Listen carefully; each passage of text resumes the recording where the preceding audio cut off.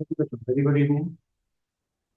CUET का जो domain subject है, जिसमें आप लोग अलग अलग सब्जेक्ट्स के कॉम्बिनेशंस चूज कर सकते हैं, उसके अंदर हम इकोनॉमिक्स की बात करने जा रहे हैं आज। इकोनॉमिक्स का जो सिलेबस है, जैसा आपको पता है, इस साल उसको थोड़ा सा पैटर्न चेंज किया हुआ है। और मतलब हमारा ये मानना है एज अ टीचर कि माइक्रो और मैक्रो पैरेलली अगर आपसे कॉम्पिटिटिव एग्जाम में पूछा जा रहा है तो ये एक वैल्यू क्रिएट करता है। प्रिपरेशन अगर आप कर रहे हो तो माइक्रो और मैक्रो एक कंसिडरेबल पोर्शन है, जिसकी उम्मीद हम पिछले 3 साल से कर रहे थे। लेकिन हाँ, इस साल उसको प्रपोज किया गया है। पिछले 3 पेपर्स में सीयूईटी में जो इकोनॉमिक्स का पेपर आ रहा था, तो उसमें पहले 2 साल तो हुआ कि माइक्रो का 2 चैप्टर आता था, बाकी क्लास 12th वाले आते थे। ठीक है। लेकिन अभी क्या है कि हम लोगों ने इसको रैशनलाइज किया। और कैसे रैशनलाइज किया कि अब माइक्रो पूरा जो 11th में पढ़ाया गया था और मैक्रो जो आपने क्लास 12th में पढ़ा था, ये दोनों चीजें अब पूछी जा रही हैं। ठीक है। तो आइए शुरू करते हैं। सीयूईटी के डोमेन प्रिपरेशन में आपका इकोनॉमिक्स कैसा है वो देखिए। 2 सेक्शंस हैं यहाँ पर, एक है माइक्रो, एक है मैक्रो। ठीक है। याद होगा आपको थोड़ा थोड़ा, मैक्रो का तो हाल फिलहाल की ही बात थी। लेकिन माइक्रो की बात करें तो वो 11th क्लास का पार्ट है कि नहीं? तो 11th में माइक्रो जब आपने पढ़ा था, तो माइक्रो इज व्हाट, कि जब हम किसी चीज को टुकड़ों में पढ़ते हैं, टुकड़ों में मतलब इंडिविजुअली यूटिलाइज करते हैं चीजों को, या इंडिविजुअली उसको रिकॉग्नाइज करने की कोशिश करते हैं, स्प्लिट करके जब हम चीजों को समझते हैं, तो वो माइक्रो है। अगर कॉम्पोजिटली एज एन एग्रीगेट आप उस चीज को पढ़ रहे हो, समझ रहे हो, तो वो मैक्रो बन जाता है। ठीक है। तो माइक्रो और मैक्रो के बीच में अगर ये अंतर या डिफरेंस हमें देखना हो, तो बस इतना ही होता है कि micro deals with individual unit whereas macro deals with aggregates. Right. So शुरू करते हैं इसी माइक्रो और मैक्रो के इस पोर्शन को। अगर आप माइक्रो इकोनॉमिक्स की फर्स्ट यूनिट, सबसे पहली चीज मुझे आपसे एक चीज चाहिए। क्या मेरी आवाज आप लोगों तक क्लियरली पहुंच रही है और ये स्क्रीन आपको विजिबल है? Yes sir. Very true. अब आइए समझते हैं माइक्रो इकोनॉमिक्स का यूनिट नंबर 1। ठीक है। मेरी कोशिश रहेगी मैं आपको इस पूरे चैप्टर को समझाऊं, और आप जैसे आज आप ये पढ़ेंगे तो क्लास खत्म होने के बाद इसके नोट्स आपको ग्रुप पर शेयर कर दिए जाएंगे, और नेक्स्ट मॉर्निंग इसका असाइनमेंट आपको मिल जाएगा। आपकी कोशिश ये होनी चाहिए कि कल की क्लास से पहले वो असाइनमेंट आप कवर अप कर लें। ज्यादा नहीं, एमसीक्यू के पैटर्न पे 40 से 50 क्वेश्चन का असाइनमेंट बनाया हुआ है। ठीक है। तो आप जो आज पढ़ोगे उसका कल शाम तक आपकी ये होमवर्क रहेगा कि वो असाइनमेंट कंप्लीट कर लीजिएगा। ठीक है। आइए शुरू करते हैं। Introduction to microeconomics. Introduction to microeconomics. Microeconomics है क्या, इसकी शुरुआत करिए। सबसे पहली बात बेटा, ये सीयूईटी का पेपर क्या है? एमसीक्यू पैटर्न पर बेस्ड है। सीबीटी कंप्यूटर बेस्ड टेस्ट होगा। ठीक है। सही करोगे 5 नंबर मिलेगा। ठीक है। गलत कर दिया तो नेगेटिव मार्किंग है 0.25, है ना? यानी 0.25 का मतलब है कि 5 में से अगर आप करेंगे तो 1 नंबर कट जाएगा। ठीक है। अब मैं इसको थोड़ा सा समझाऊंगा आगे, जब हम प्रैक्टिस सेशंस में आएंगे वो चीजें भी मैं क्लैरिफाई करूंगा। बट मैं जो भी समझा रहा हूं, याद रखना, ये जो स्लाइड्स, ये जो इसी का पीडीएफ फॉर्मेट में आपको दूंगा, उसको जरूर रिवाइज करिए, क्योंकि ये आपके नोट मेकिंग प्रोसेस का बहुत क्रूशल पार्ट है। ठीक है। तो क्या होता है इकोनॉमिक्स? अगर हम इकोनॉमिक्स वर्ड से अवेयर हैं, वाकिफ हैं, तो इकोनॉमिक्स का मतलब होता है study of household things. ये वर्ड इकोनॉमिक्स बना कहां से, इसको अगर आप समझते हैं, तो ये वर्ड आता है ओइकोनोमिया से। क्या आता है? Oikonomia. What is oikonomia? Means study of household things. Household things को पढ़ना, घर गृहस्थी की चीजों को समझने की कोशिश करना, ये कहलाता है इकोनॉमिक्स। ठीक है। घर गृहस्थी की चीजों को समझना, ये कहलाता है इकोनॉमिक्स। राइट। मैं बार बार कहता हूं economics is all about making adjustment. ठीक है। आपकी इनकम कम है, आपके वांट्स अनलिमिटेड हैं, तो we have to adjust accordingly.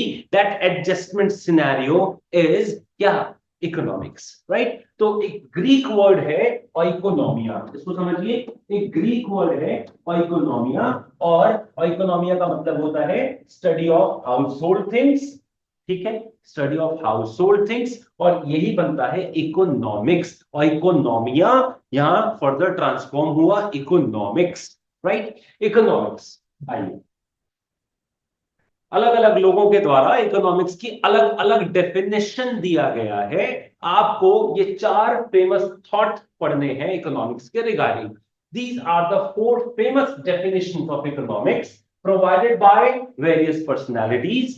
सबसे पहली चीज आप इसको समझिए, सबसे पहली चीज आप ये समझिए, डेफिनेशन ऑफ इकोनॉमिक्स में क्या है economics. It is the concept of wealth, wellbeing, scarcity of resources and growth.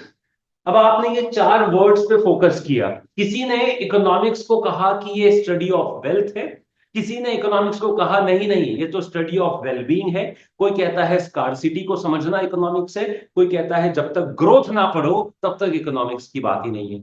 मैं आपको ये स्टेटमेंट्स किसने दिया पिक्चर के साथ क्लियर कराना चाहूंगा। यहां देखिए, ये पर्सनालिटी है जिनका नाम है प्रोफेसर एडम स्मिथ। ये नाम याद रखिएगा क्योंकि इन्हीं को कहा जाता है फादर ऑफ इकोनॉमिक्स, ठीक है।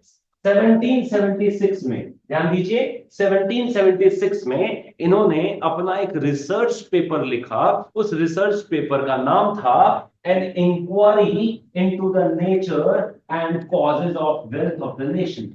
N inquiry into the nature and causes of wealth of the nations, इस रिसर्च पेपर का टाइटल था। इस रिसर्च पेपर को पब्लिश किया गया 1776 में, और इस रिसर्च पेपर के जरिए यानी इसके थ्रू हमें जानने का मौका मिला इकोनॉमिक्स क्या है।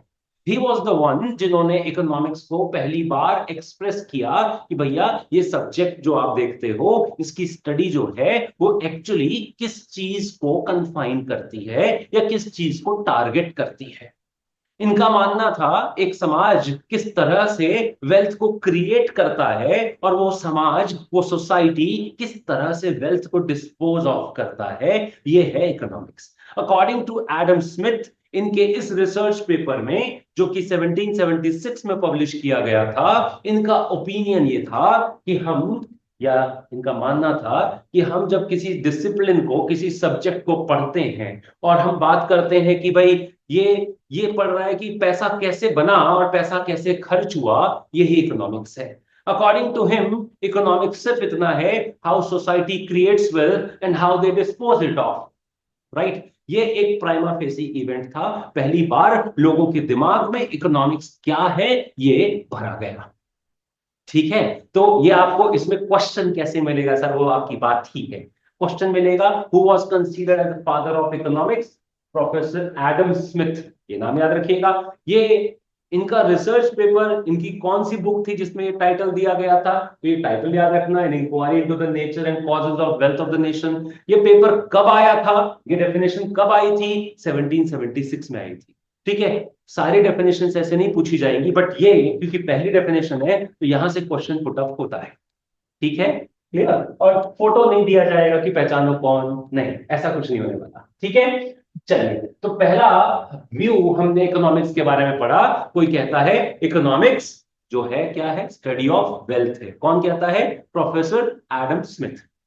ना, अब आइए दूसरी डेफिनेशन की तरफ, प्रोफेसर एल्फ्रेड मार्शल। ये नाम भी बड़ा जरूरी है याद रखना, क्योंकि आपकी इकोनॉमिक्स में, खासतौर पर माइक्रो इकोनॉमिक्स में, बहुत सारी कॉन्ट्रीब्यूशंस इनकी तरफ से दिए गए हैं, बहुत सारी चीजें एक्सप्रेस करी गई हैं। ये जो law of diminishing marginal utility and consumer equilibrium हम लोग पढ़ेंगे, वो इन्हीं के द्वारा प्रोवाइड किया गया है, ठीक है। तो इनका क्या मानना था जरा सुनिएगा।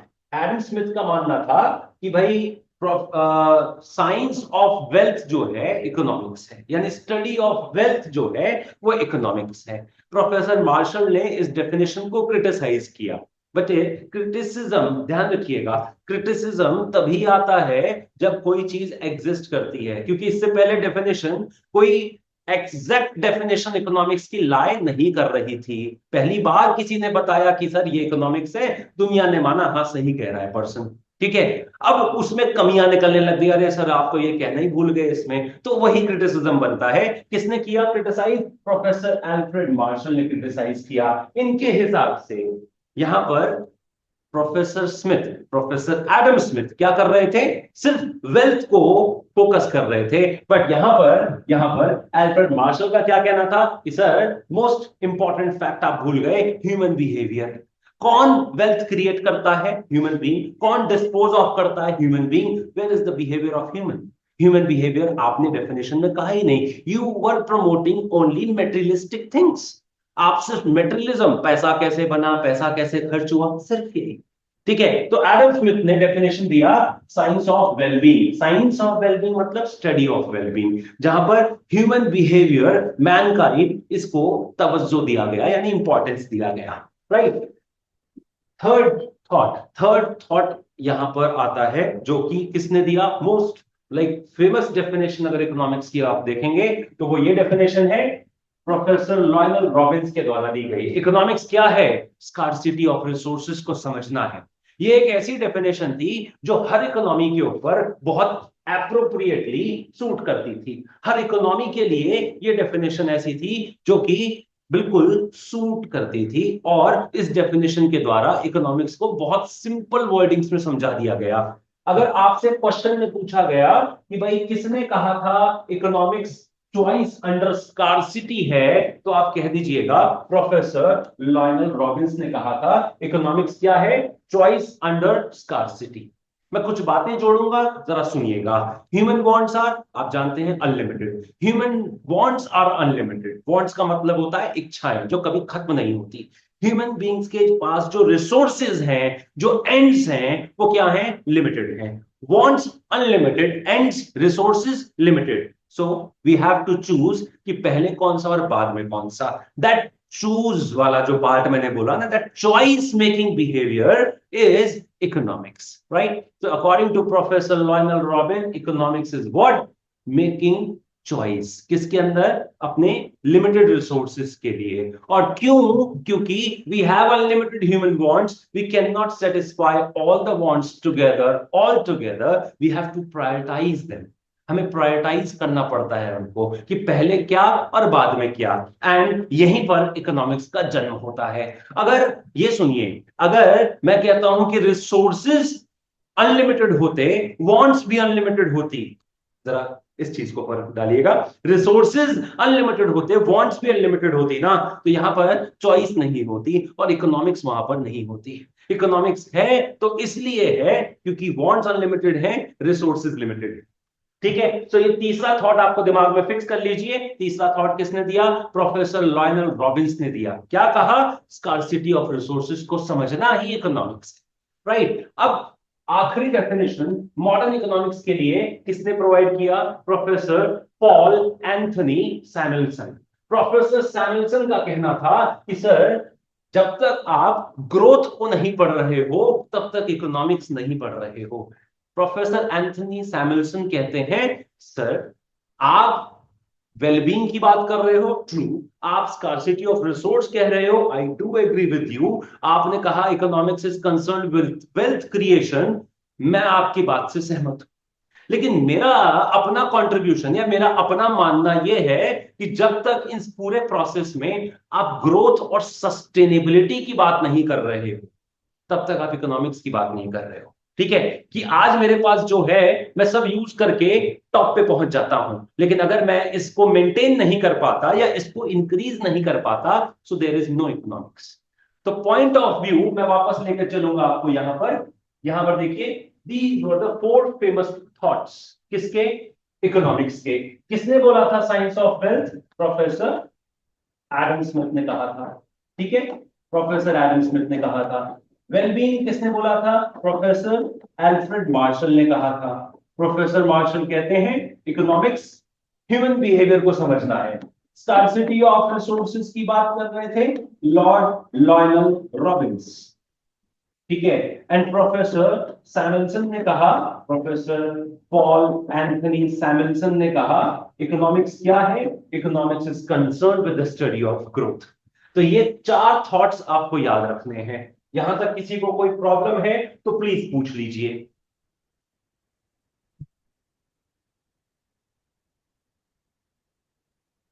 चलिए सर हाँ। सब हाँ बोलिए बेटा। डेफिनेशन याद करनी है?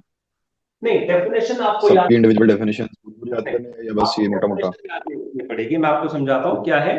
डेफिनेशन याद नहीं रखनी पड़ेगी आपको, यहां पर क्वेश्चन में दे दिया जाएगा एक रिलेटेबल, जो डेफिनेशन आप बोल रहे हो वो स्टेटमेंट हम आपको दे देंगे, वो रिलेटेबल स्टेटमेंट आपको दे देंगे। हम आपसे क्वेश्चन रेज करेंगे, ये स्टेटमेंट या इस तरह का थॉट प्रोसेस किसके द्वारा दिया गया था, किसने बोला था ऐसा होगा इकोनॉमिक्स, ये है किसने बोला था। ठीक है, डेफिनेशन आपको याद रखने की जरूरत नहीं है।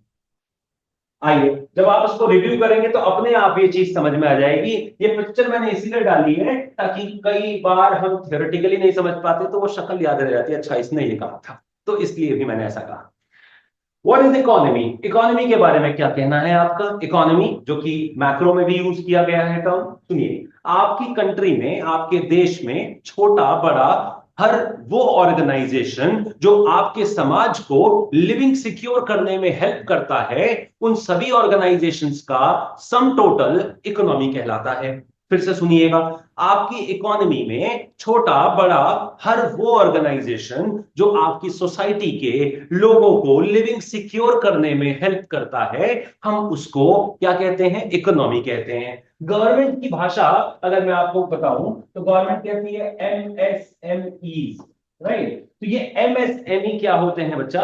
एम मतलब माइक्रो, एस मतलब स्मॉल, एम मतलब फिर से मीडियम, एंड ई एस मतलब होता है एंटरप्राइजेस। तो एमएसएमई मतलब माइक्रो स्मॉल मीडियम एंटरप्राइजेस। ठीक है, एक तो हो, ये हो गए, मीडियम हो, स्मॉल हो, माइक्रो हो, फिर हो गया लार्ज ऑर्गेनाइजेशन। ठीक है, ये हो गए लार्ज ऑर्गेनाइजेशन, ये हो गए माइक्रो स्मॉल मीडियम एंटरप्राइजेस, और मैं कहता हूं any business venture, right? Any business venture irrespective to its size, उसका नेचर कैसा है, उसका साइज कैसा है, अगर ऐसे ऑर्गेनाइजेशंस को मिला दिया जाए तो इकोनॉमी बनता है। यानी इकोनॉमी का मतलब आपके देश में, आपके समाज में वो सारे ऑर्गेनाइजेशंस जो लोगों को लिविंग सिक्योर कराने में हेल्प करते हैं, उसको हम इकोनॉमी कहेंगे। कॉम्पोजिटली उसका नाम है इकोनॉमी। ठीक है, ये डेफिनेशन है खाली, राइट? आइए, इकोनॉमिक प्रॉब्लम क्या है? इकोनॉमी है तो समस्या भी होगी, बहुत जरूरी चीज पड़ रही है। देखिए, हमारी समस्या, जो हमारे घर की समस्या है वो हमारे देश की समस्या है। घर की समस्या यूजुअली क्या है लोगों की? रिसोर्सेज लिमिटेड है, वांट्स नेवर एंडिंग, राइट? तो अब क्या करना पड़ता है? बजट बनाना पड़ता है कि अरे यार ठीक है, सब चीजें एक साथ नहीं होंगी, है ना? पहले प्रायोरिटी सेट करो, पहले क्या करना है बाद में क्या करना है, समझिएगा। ठीक है, तो अब इकोनॉमिक प्रॉब्लम बड़ी सिंपल सेंस में समझिएगा। लिमिटेड रिसोर्सेज हैं, वॉन्ट्स अनलिमिटेड हैं, राइट? तो यहां पर प्रॉब्लम क्रिएट होती है स्कार्सिटी की। कौन सी प्रॉब्लम क्रिएट होती है भैया? स्कार्सिटी की प्रॉब्लम। यानी चीजें लिमिटेड हैं, wants wants never ending, resources limited, sir we have to make choice. ये प्रॉब्लम है इकोनॉमी की, ये प्रॉब्लम है आप और मेरे घर की, ये प्रॉब्लम है हमारे देश की, राइट? तो इकोनॉमिक प्रॉब्लम है क्या? It is the problem of resource allocation. सबसे इंपॉर्टेंट वर्डिंग्स हैं, अगर हम क्वेश्चन उठाते हैं, यहां से क्वेश्चन पुट अप करते हैं, तो economic problem is mainly concerned with, option में एक होगा allocation of resources, resource allocation. अगर ये वर्ड नहीं होगा, मेकिंग चॉइसेस होगा, राइट? और अगर दोनों दिया होगा तो आंसर बोथ होगा, आप समझदार हैं। ठीक है, क्या है एलोकेशन ऑफ रिसोर्स? एलोकेशन मतलब डिस्ट्रीब्यूशन ऑफ रिसोर्स, रिसोर्स को डिस्ट्रीब्यूट करना है। कैसे डिस्ट्रीब्यूट करना है? ताकि अपनी सारी वांट्स तो सेटिस्फाई नहीं हो सकती, लेकिन हाँ मैक्सिमम वांट सेटिस्फाई हो जाए।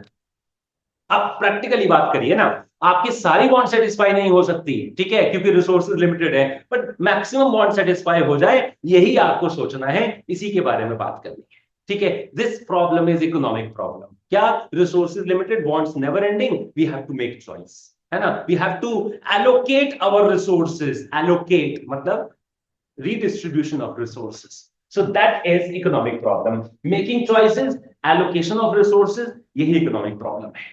ठीक है, आइए अब समझते हैं causes of economic problem। बातों बातों में समझ आ गया होगा आपको कारण क्या है इकोनॉमिक प्रॉब्लम के। पहला कारण है हम हम मतलब ह्यूमन वांट्स जो कि अनलिमिटेड है, ह्यूमन वांट्स जो कि अनलिमिटेड है। दूसरा कारण क्या है?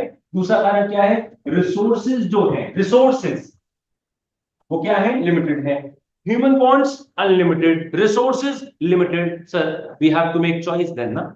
अगेन वही वाली बात कि इकोनॉमिक प्रॉब्लम क्यों अराइज होती है, यहां बच्चा कंफ्यूज होता है ऑप्शंस में। सुनिएगा, वॉन्ट्स को कहा गया है एंड्स, और मींस बोला जाता है किसको, मींस मतलब रिसोर्सेज।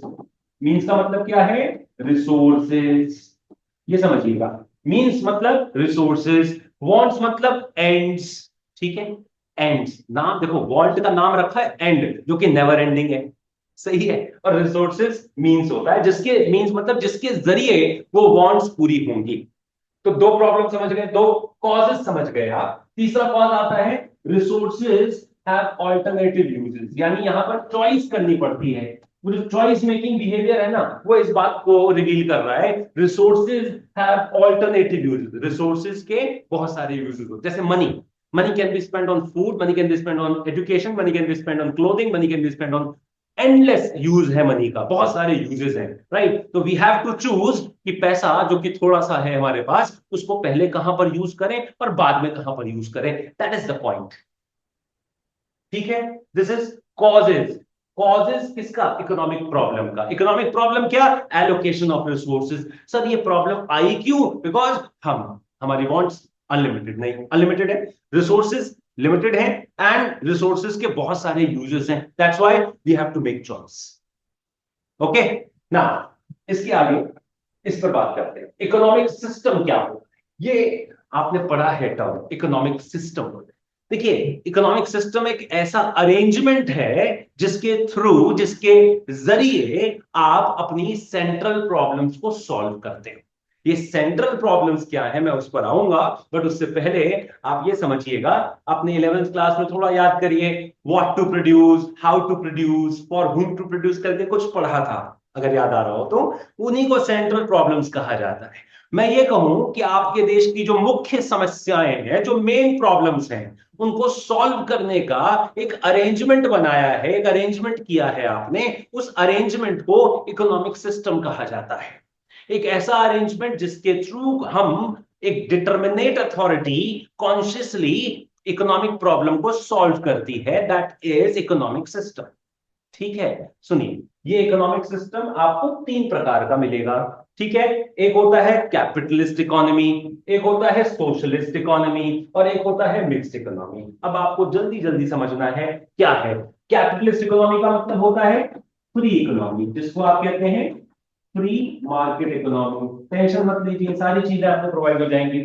सोशलिस्ट इकोनॉमी को हम बोलते हैं controlled economy, controlled economy, right. और आखिरी जो मिक्स इकोनॉमी है, वो तो आप जानते ही हैं, India is a mix economy, यानी सेमी फ्यूडल इकोनॉमी कहा जाता है। आइए एक चीज और समझिए, कैपिटलिस्ट इकोनॉमी का मतलब है जहां पर आपकी कंट्री के जो रिसोर्सेज हैं, resources like land, labour, capital and entrepreneur, याद आ गए, ये जो रिसोर्सेज हैं, these resources are owned and controlled by private sector, ठीक है भाई। ये इकोनॉमी जहां पर resources are owned and controlled by private sector, वो कहलाता है क्या, capitalist economy. Then we have socialist economy. Socialist economy क्या होता है, जहां पर ये सारी चीजें कौन कंट्रोल करता है, पब्लिक सेक्टर कंट्रोल करता है, गवर्नमेंट कंट्रोल करती है, उसे हम कैपिटलिस्ट इकोनॉमी बोलते हैं, ठीक है। एमसीक्यूज में जो क्वेश्चन आता है कि भाई ऐसी कौन सी इकोनॉमी है where all the resources are controlled by the state, है ना। ऑप्शन में आपको लग रहा है सोशलिस्ट है, आंसर मेरे को मालूम है, बट ऑप्शन में है ही नहीं, ठीक है। तो ऑप्शन में या तो कंट्रोल्ड इकोनॉमी होगा, कंट्रोल्ड इकोनॉमी ऑप्शन होगा, या तो उसका दूसरा नाम होता है प्लान्ड इकोनॉमी। क्या नाम होता है, प्लान्ड इकोनॉमी नाम होता है उसका। या तो कंट्रोल्ड या तो प्लान्ड, नहीं तो सोशलिस्ट तो है ही, ठीक है। अच्छा, और जहां पर प्राइवेट सेक्टर पब्लिक सेक्टर दोनों रोल प्ले करते हैं, वो ऐसी इकोनॉमी इंडिया है। India is a mixed economy where the factors of production are owned and controlled by private and public both, ठीक है जी, क्लियर हो गया। These are the types of economic system, right?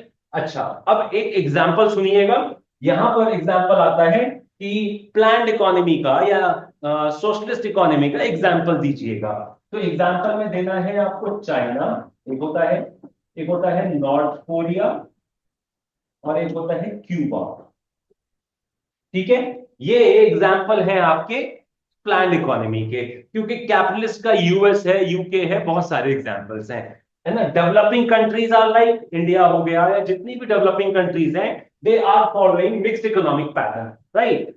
But strictly जो state owned economy है वो कौन सी है, तो आपको ये तीन नाम आपको याद रखने हैं। China very famous, North Korea and Cuba.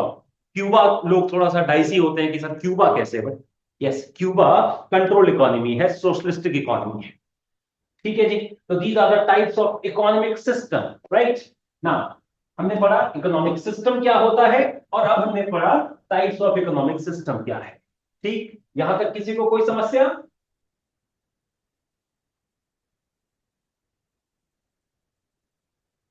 कोई प्रॉब्लम नहीं है? चलिए आगे आते हैं। ब्रांचेस ऑफ इकोनॉमिक्स, इकोनॉमिक्स की ब्रांचेस कैसे हैं, क्या है। देखिएगा, इकोनॉमिक्स को हम दो डायमेंशन में पढ़ते हैं, जैसा अभी हम बात कर रहे थे थोड़ी देर पहले। जब आप माइक्रो की बात करते हो, माइक्रो इकोनॉमिक्स, तो माइक्रो का मतलब होता है M I, I stands for individual, right, I stands for individual. And यहां पर A stands for aggregate, A stands for aggregates, ठीक है। तो micro is that branch of economic theory, economic theory की वो ब्रांच है माइक्रो, जहां पर आप चीजों को इंडिविजुअली सेग्रीगेट करके पढ़ते हो, इंडिविजुअली सेग्रीगेट करके पढ़ते हो। जैसे मैं पूरी इकोनॉमी को नहीं पढ़ूंगा, मैं पूरी इकोनॉमी में एक ग्रुप को पढ़ रहा हूं जिसका नाम है कंज्यूमर, मैं उस इकोनॉमी में एक ग्रुप को पढ़ रहा हूं जिसका नाम है प्रोड्यूसर, मैं उस इकोनॉमी में एक ग्रुप को पढ़ रहा हूं जिसका नाम है मार्केट, ठीक है। जब आप टुकड़ों में इकोनॉमी को समझने की कोशिश करते हो ना, तो वो कहलाता है माइक्रो, राइट। और जब आप एज अ होल, यानी उसको पूरा एक फैमिली सिस्टम की तरह समझने की कोशिश करते हो कि भाई मेरी कंट्री ने कितना कमाया, so that is the point जब हम एग्रीगेट्स की बात कर रहे हैं, और वो कहलाता है मैक्रो। आपको जो समझने वाली बात है, माइक्रो की स्टडी, माइक्रो इकोनॉमिक्स की स्टडी को हम, और आप पता है क्या बोलते हैं, माइक्रो इकोनॉमिक्स की स्टडी को कहा जाता है स्लाइसिंग मेथड। ये क्वेश्चन पुट अप होता है यहाँ पर, ये यहां से क्वेश्चन आता है, इसको क्या कहते हैं, स्लाइसिंग मेथड। और ये जो आपका मैक्रो थ्योरी है, मैक्रो थ्योरी को कहा जाता है लमसम मेथड। क्या बोलते हैं इसको? Lump sum method. लमसम मतलब एक साथ पढ़ने की कोशिश कर रहे हो, और स्लाइसिंग मतलब टुकड़े करके पढ़ने की कोशिश कर रहे हो, उसको सेग्रीगेट करके पढ़ने की कोशिश कर रहे हो। These are the two branches of economics, जहां माइक्रो है इंडिविजुअल स्टडी, मैक्रो है एज अ होल, राइट। चलिए, इसमें सिर्फ आपको ये ध्यान में रखना है। अब आइए, नेचर ऑफ इकोनॉमिक्स, इकोनॉमिक्स का नेचर कैसा होता है। गुड बैड नहीं लिखना है, इसमें पॉजिटिव और नेगेटिव होता है, नॉर्मेटिव बोलते हैं उसको जनरली, ठीक है। पॉजिटिव इकोनॉमिक्स और नॉर्मेटिव इकोनॉमिक्स। अब आप कहेंगे कि आप इकोनॉमिक्स बोल रहे हो, लिखा तो स्लाइड में साइंस है, तो मैं इकोनॉमिक्स को साइंस कैसे बोल सकता हूं?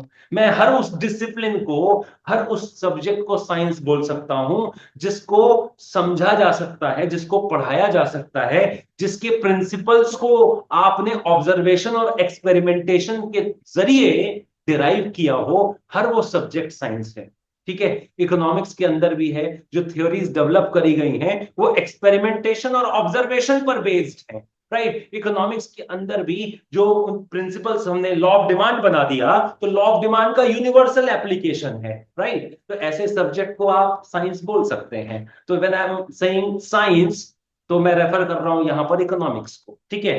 सो we have positive economics and normative economics. क्या है ये पॉजिटिव और नेगेटिव या नॉर्मेटिव, समझिए। इकोनॉमिक्स अगर पॉजिटिव वे में इसको समझ रहे हैं, तो क्या है पॉजिटिव इकोनॉमिक्स?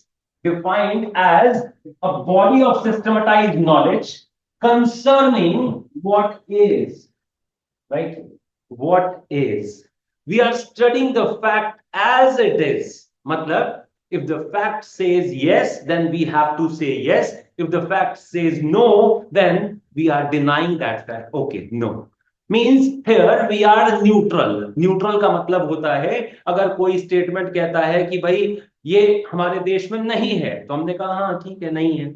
हमारे देश में ये समस्या इतनी बढ़ चुकी है, हमने कहा हाँ ये पॉपुलेशन की समस्या है, ये बढ़ चुकी है, समझ गए। हमने यहां पर अपना जजमेंट नहीं दिया, ये वर्ड्स कैच करिएगा, हमने यहां पर अपना जजमेंट नहीं दिया, ठीक है। We are neutral. न्यूट्रल का मतलब है फैक्ट कहता है यस, हमने कहा ओके, यस, ठीक है। फैक्ट कहता है no, we are saying no, we are neutral, ठीक है। मींस नो वैल्यू जजमेंट, हम जजमेंटल नहीं है यहां पर। तो अगर हम फैक्ट्स को एज इट इज रिसीव कर रहे हैं विदाउट सेइंग एनीथिंग, तो विदाउट सेइंग एनी वर्ड से हम ऐसा भी हो सकता था, ऐसा कैसे, ये तो ये होना चाहिए, we are not saying like this, ठीक है। तो हम इस फैक्ट को क्या कहेंगे? Positive statement. जैसे एग्जांपल समझिएगा, मैंने कहा इंडिया में population is rising year on year basis, population बढ़ रहा है, ठीक है। तो आपने कहा हाँ पॉपुलेशन बढ़ रहा है, आपने कुछ जजमेंट दिया नहीं, मैंने जो कहा आपने उसको कंफर्म किया, अफर्म किया, क्लियर। तो दिस इज पॉजिटिव।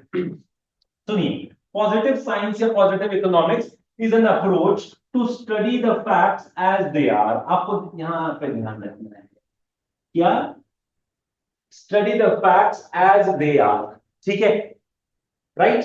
जो जैसा कहता है आप उसको वैसा ही पढ़ते हो, राइट। और सबसे जरूरी चीज, there is a neutrality between ends. यहां से क्वेश्चन पुट अप होता है कि जहां पर न्यूट्रलिटी की बात हो रही है, जहां न्यूट्रल होने की बात हो रही है, ठीक है, बताओ वो कौन सी इकोनॉमिक्स है? तो कहना when there is neutrality between ends, ends मतलब जो स्टेटमेंट दिया जा रहा है, अगर हम उस पे न्यूट्रल हैं तो हम पॉजिटिव इकोनॉमिक्स पढ़ रहे हैं, ठीक है, समझ गए? इंप्लाइंग, और जहां पर कोई वैल्यू जजमेंट नहीं हो सकता, जहां पर कोई वैल्यू जजमेंट नहीं होता, वो भी पॉजिटिव इकोनॉमिक्स है। मैंने तीन बातें कैच करी। If we are studying the facts as it is, so वो है positive. When there is neutrality between ends, वो है positive. When there is no value judgment, वो है पॉजिटिव इकोनॉमिक्स, ठीक है, समझ गए? तीन बातें क्या? जैसा फैक्ट है वैसा ही समझना, न्यूट्रल होना, और कोई वैल्यू जजमेंट ना होना, वो पॉजिटिव इकोनॉमिक्स की निशानियां हैं, यानी एविडेंस है। अब नॉर्मेटिव स्टेटमेंट समझिएगा। नॉर्मेटिव स्टेटमेंट्स का मतलब होता है व्हाट आउट टू बी या व्हाट शुड बी। फर्क समझिएगा, व्हाट शुड बी या what ought to be, clear. जब हम किसी स्टेटमेंट को आपके सामने रखते हैं और आप उसमें अपना ज्ञान लगाते हैं, अपना जजमेंट देते हैं कि सर ऐसा होना चाहिए, मैं तो कहता हूं ये हो जाना चाहिए, है ना। तो जब आप ये हो जाना चाहिए वाली भाषा बोल रहे हैं, देन आप यहां पर जजमेंटल हो रहे हैं। और जब आप जजमेंटल हो रहे हैं तो इसका मतलब वो नॉर्मेटिव स्टेटमेंट है, वो नॉर्मेटिव साइंस है या नॉर्मेटिव इकोनॉमिक्स है। पढ़िए यहां पर, normative economics is an approach where evaluation is there। Evaluate कर रहे हैं आप, ठीक है, किसी भी फैक्ट को, उसके इंप्लीकेशंस को, उसके कॉन्सिक्वेंसेस को आप इवेल्युएट करते हैं कि ऐसा होगा तो ये हो जाएगा, मैं तो कहता हूं ऐसा होना चाहिए या ऐसा नहीं होना चाहिए, है ना। अच्छा, and there are value judgment, there are value judgments. तो समझिएगा, यहां पर जो फैक्ट जैसा है वैसा नहीं, जो फैक्ट जैसा होना चाहिए उस अप्रोच से पढ़ रहे हैं, ठीक है, वहां जजमेंट दे रहे हो अपना कि यार ये होना चाहिए, वो है नॉर्मेटिव स्टेटमेंट, ठीक है। पॉजिटिव स्टेटमेंट जहां पर जजमेंट नहीं है, नॉर्मेटिव जहां पर जजमेंट है, ओके। अब सबसे क्रूशियल चीज मैं बता रहा हूं, मैं आपसे क्वेश्चन कर रहा हूं, ठीक है। एक होता है डिस्क्रिप्टिव और एक होता है प्रिस्क्रिप्टिव। तो मुझे आप बताइए, नॉर्मेटिव इकोनॉमिक्स प्रिस्क्रिप्टिव है कि डिस्क्रिप्टिव है? कोई मुझे आंसर करेगा, प्रिस्क्रिप्टिव है कि डिस्क्रिप्टिव है नॉर्मेटिव स्टेटमेंट? प्रिस्क्रिप्टिव।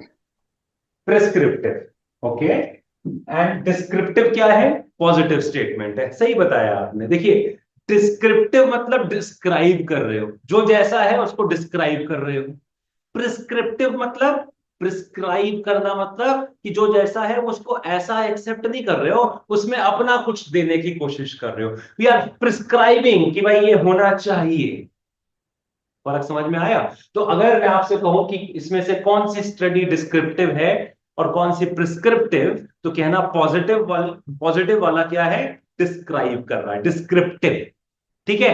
डिस्क्रिप्टिव मतलब पॉजिटिव, राइट। और प्रिस्क्रिप्टिव का मतलब क्या है? नॉर्मेटिव, जहां पर आप जजमेंट दे रहे हो। आया समझ में ये?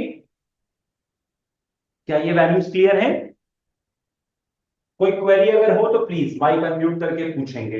Then we are going to start central problems of an economy, हमारे देश की केंद्र समस्याएं, ठीक है। एंड